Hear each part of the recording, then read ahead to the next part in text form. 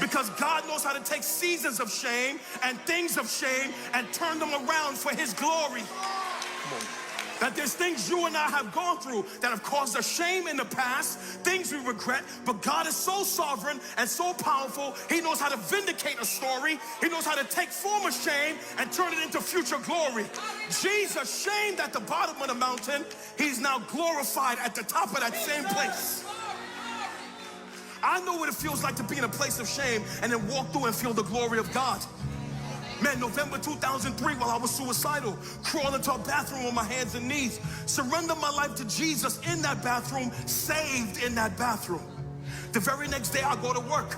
I was in the first class sworn into the TSA right after 9/11. I go to work and I'm on the checkpoint. And an officer walks up to me on the checkpoint. They said, Mr. Mitchell, we need you in the back.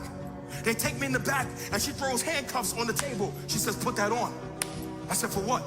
You're being arrested today. Put on these handcuffs. I said, for what? She said, you obtained your government clearance under false pretenses. I said, how?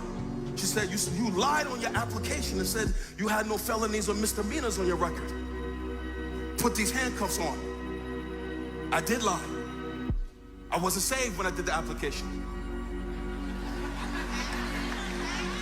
But in the kingdom, we don't lie. In the kingdom, we are people of truth. Lying is the behavior of the devil. That's why Jesus called him the father of all lies. But when we grow in Christian maturity, we learn to tell the truth even if it gets us in trouble.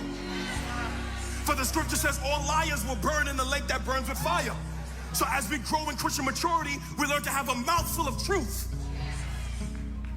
So we won't be following the father of lies. You got to determine who's your father. Either the devil who's a liar or Jesus who is truth.